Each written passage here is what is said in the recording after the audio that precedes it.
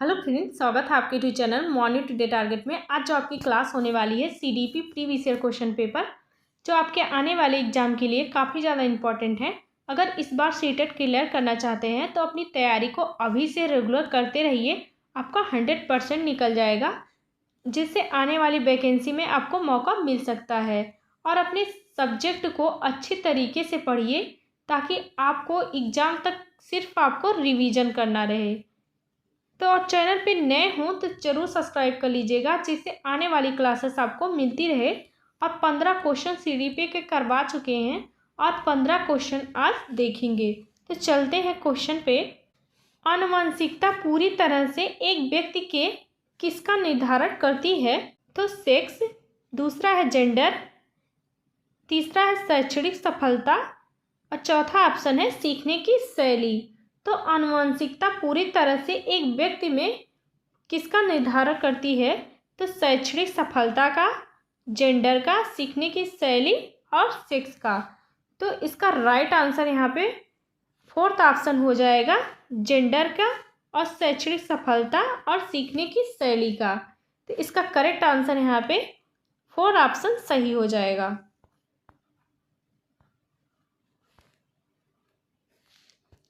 Next question है, अभिकथन ए, शिक्षकों को कक्षा में प्रश्न पूछने पर ध्यान देना चाहिए और निर्देश देने के बजाय उन्हें प्रश्न पूछने के लिए प्रोत्साहित करना चाहिए।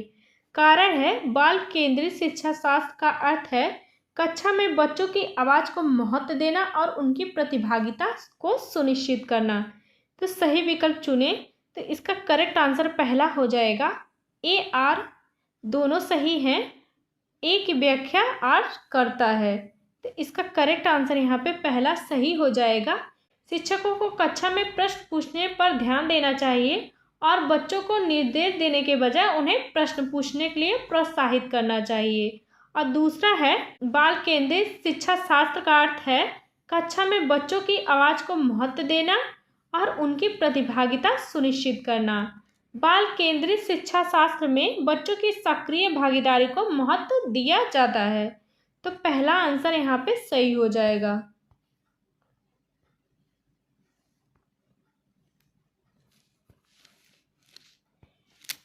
नेक्स्ट क्वेश्चन है, दोहराव व बारंबार किए जाने वाले व्यवहार किसकी विशिष्ट पहचान है? तो सोलिन क्रम विकार की, अधिगमनात्मक विकलांगता की, ध्यान न्यूनता अतिक्रियाशीलता विकार की, मस्तिष्क पक्षघात की। तो इसका करेक्ट आंसर यहाँ पे हो जाएगा चौथा ऑप्शन, दोहराव व बारंबार किए जाने वाले व्यवहार की विशिष्ट पहचान होती है मस्तिष्क पक्षघात की। दोहराव और बारंबार किए जाने वाले व्यवहार की विशिष्ट पहचान मस्तिष्क प्रघात होती है। इस विकार में क्या होता है कि बच्चों की शारीरिक गतिविधियों में कठिनाई होती है, किसी कार्य को बार बार दोहराने की क्रियाएं शामिल होती हैं। तो इसका करेक्ट आंसर यहाँ पे फोर ऑप्शन सही हो जाएगा। नेक्स्ट क्वेश्चन है, शिक्षार्थी अधिगम प्रक्रिया में व्यस्त और सक्रिय रूप से शामिल महसूस करते हैं जब गतिविधियां उनके संदर्भ से संबंधित होती हैं। दूसरा है, अधिगम का बल दोहराव और रटने पर होता है। तीसरा है, शिक्षार्थी की सामाजिक भावनात्मक आवश्यकताओं की उपेक्षा की जाती है। चौथा ऑप्शन है, उनके पूर्व ज्ञान को पृथक किया जाता है और नकारा जाता है। तो चौथा तो गलत हो जाएगा, क्योंकि पृथक अलग नहीं करना है। तो और तीसरा है, उपेक्षा भी नहीं की जाती है। अधिगम का बल दोहराव पर, रटने पर भी बल नहीं दिया जाता है। तो इसका करेक्ट आंसर यहाँ पे पहला हो जाएगा, गतिविधियां उनके संदर्भ से संबंधित होती हैं। तो पहला करेक्ट हो जाएगा। जब शिक्षार्थी अपनी गतिविधियों को अपने जीवन से संबंधित करके जोड़कर सीखते हैं तो वह अधिगम प्रक्रिया में अधिक सक्रिय रूप से सीखते हैं। तो इसका करेक्ट आंसर यहाँ पे पहला सही हो जाएगा।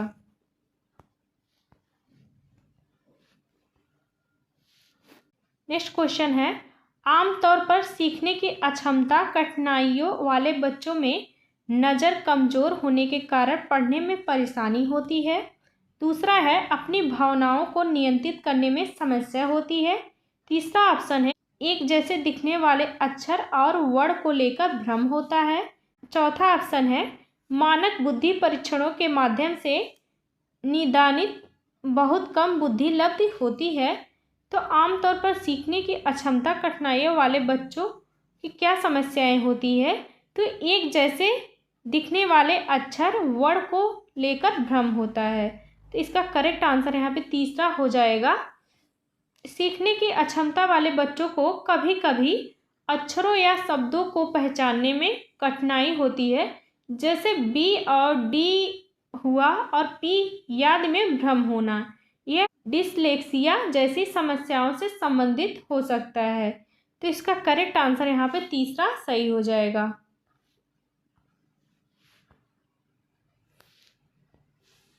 नेक्स्ट क्वेश्चन है, ऐसे बच्चे जिन्होंने बहुत कम उम्र में गंभीर मानव सामाजिक अभाव अनुभव किया, आमतौर पर उनके विकास में देरी या बाधा उत्पन्न होती है और पुनर्वास के बावजूद विकास के कुछ क्षेत्रों में सुधार अधीनस्थ होने की संभावना। यह अवधि जिसमें विकास पर्यावरणीय समर्थन से महत्वपूर्ण रूप से प्रभावित होता है, डैश में क्या कहलाती है?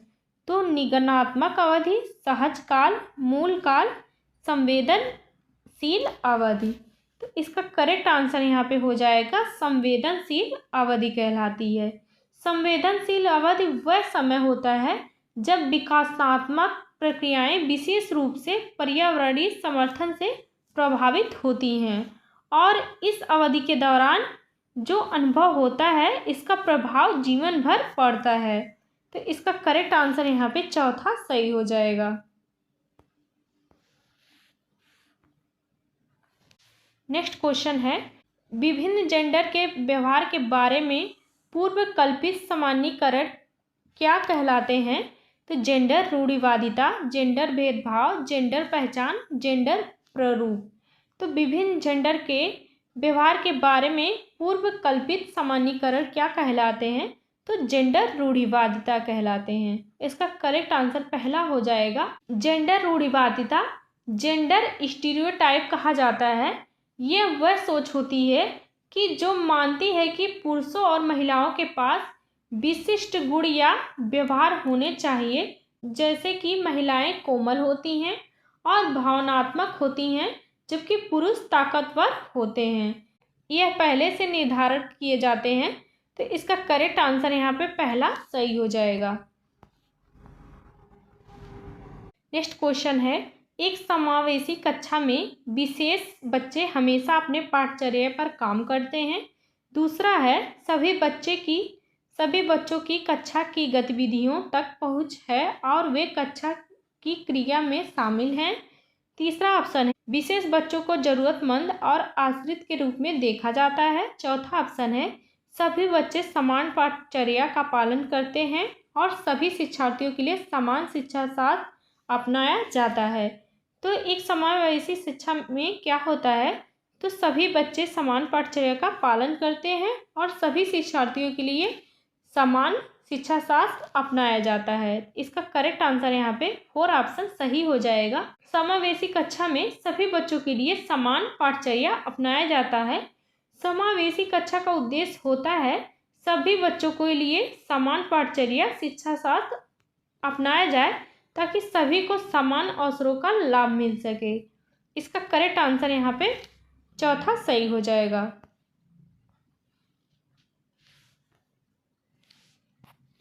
नेक्स्ट क्वेश्चन है, आलोचनात्मक सोच वाले प्रश्न पूछने का प्राथमिक उद्देश्य क्या है? छात्रों को प्रक्रियात्मक ज्ञान विकसित करने में सक्षम बनाना, छात्रों के ज्ञान और समझ कौशल का आंकलन करने के लिए, उच्च स्तरीय सोच और समस्या समाधान कौशल को बढ़ावा देना, छात्रों को जानकारी याद रखने के लिए प्रोत्साहित करना। तो आलोचनात्मक सोच उच्च स्तरीय सोच और समस्या समाधान को बढ़ावा देना होता है।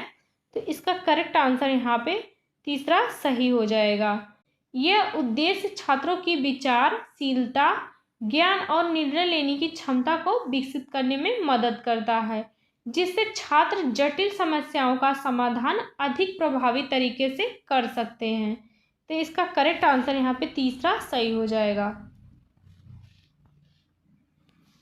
नेक्स्ट क्वेश्चन है, सामाजिक रचनाविदों के अनुसार अधिगम की प्रक्रिया के बारे में निम्नलिखित में से कौन सा कथन सही है? तो सही पूछा है, इसमें बताना है। तो अधिगम एक व्यक्तिवादी प्रक्रिया है जो अलगाव में होता है। दूसरा है, अधिगम केवल कक्षा या औपचारिक शैक्षिक विन्यास में होता है केवल, तो वैसे ही आपका गलत हो जाएगा। तीसरा है, अधिगम एक निष्क्रिय प्रक्रिया है जो अवलोकन के माध्यम से होता है। निष्क्रिय प्रक्रिया अधिगम नहीं होता है, तो ये भी गलत हो जाएगा। तीसरा है, अधिगम अर्थ निर्माण की एक सामाजिक प्रक्रिया है। तो इसका करेक्ट आंसर यहाँ पे 4 ऑप्शन सही हो जाएगा। अधिगम एक सामाजिक प्रक्रिया है जिसमें व्यक्ति अपने परिवेश और अन्य लोगों के साथ इंटरेक्ट के माध्यम से सीखता है। तो इसका करेक्ट आंसर यहाँ पे 4 ऑप्शन सही हो जाएगा।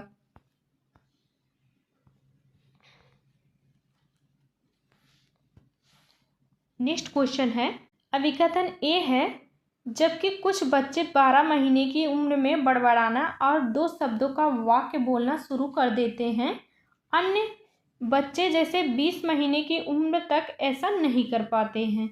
ऐसा होता है और कारण है विकासात्मक प्रतिमान केवल सांकेतिक है और व्यक्तिगत बच्चों का विकास काफ़ी भिन्न हो सकता है।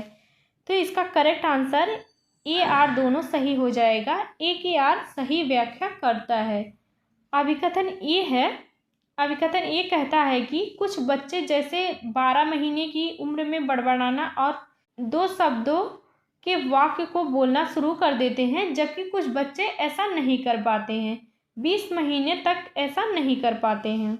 आर यह बताता है कि बच्चों का विकास अलग अलग होता है, ना कि सभी बच्चों के लिए एक जैसा होता है। इसलिए इसका राइट आंसर ए आर दोनों सही हैं। ए की आर सही व्याख्या करता है।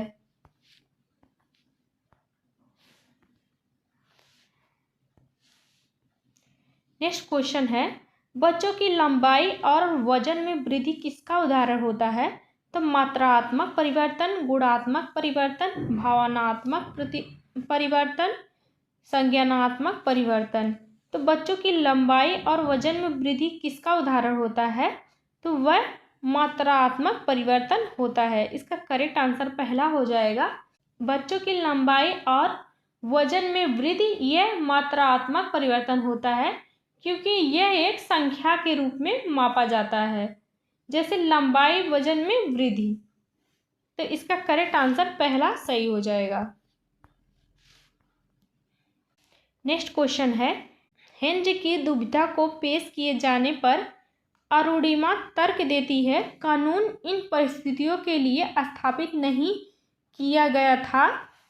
इस स्थिति में दवा लेना वास्तव में सही नहीं है, लेकिन यह उचित है। लॉरेंस कोहलबर्ग के सिद्धांत के अनुसार अरुणिमा नैतिक विकास की कौन सी अवस्था में है? तो सामाजिक सरोकार और विवेक, नैतिकता का विरोधाभास, व्यक्तिगत अधिकार, लोकतांत्रिकता। तीसरा है दंड की ओर उन्मुखीकरण और आज्ञाकारिता, स्वीकृत कानून। चौथा ऑप्शन है यांत्रिक उद्देश्य व विनियम। तो इसका करेक्ट आंसर यहाँ पे हो जाएगा, दूसरा सही हो जाएगा, नैतिकता का विरोधाभास, व्यक्तिगत अधिकार व लोकतांत्रिकता। तो इसका करेक्ट आंसर यहाँ पे दूसरा सही हो जाएगा।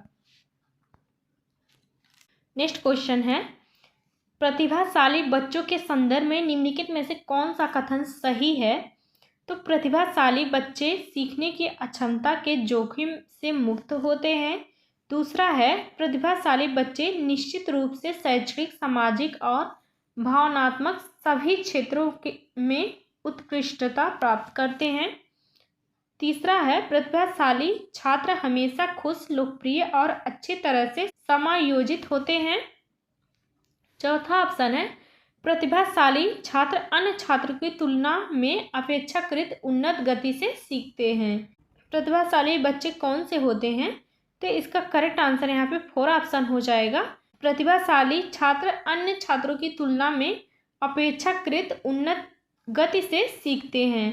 तो इसका करेक्ट आंसर 4 ऑप्शन सही हो जाएगा। प्रतिभाशाली बच्चे आमतौर पर अन्य बच्चों की तुलना में तेजी से सीखते हैं। इस क्लास का लास्ट क्वेश्चन है, जीन पियाजे के अनुसार निम्नलिखित में से कौन सी क्षमताएं पूर्व संक्रियात्मक अवस्था की विशेषता हैं? तो वर्गीकरण और क्रमबद्धता, संरक्षण और अमूर्त चिंतन, नकल और प्रतिवर्तिता, प्रतीकात्मक खेल और जीववाद। तो जीन पियाजे के अनुसार निम्नलिखित में से कौन सी क्षमताएं पूर्व संक्रियात्मक अवस्था की विशेषता होती हैं? तो प्रतीकात्मक खेल और जीववाद। इसका करेक्ट आंसर यहाँ पे 4 ऑप्शन सही हो जाएगा। जीन पियाजे के अनुसार पूर्व संक्रियात्मक अवस्था प्री-प्रश्नल स्टेज में बच्चों की विशेषताएं शामिल होती हैं, जैसे प्रतीकात्मक खेल, नकल, जीववाद इस अवस्था में होते हैं। बच्चे वस्तुओं और घटनाओं के प्रतीकों का उपयोग करते हुए मानसिक रूप से चित्र बनाने की क्षमता को विकसित करते हैं। तो इसका करेक्ट आंसर यहाँ पे 4 ऑप्शन सही हो जाएगा। मिलते हैं नेक्स्ट क्लास में। आज के लिए बस इतना।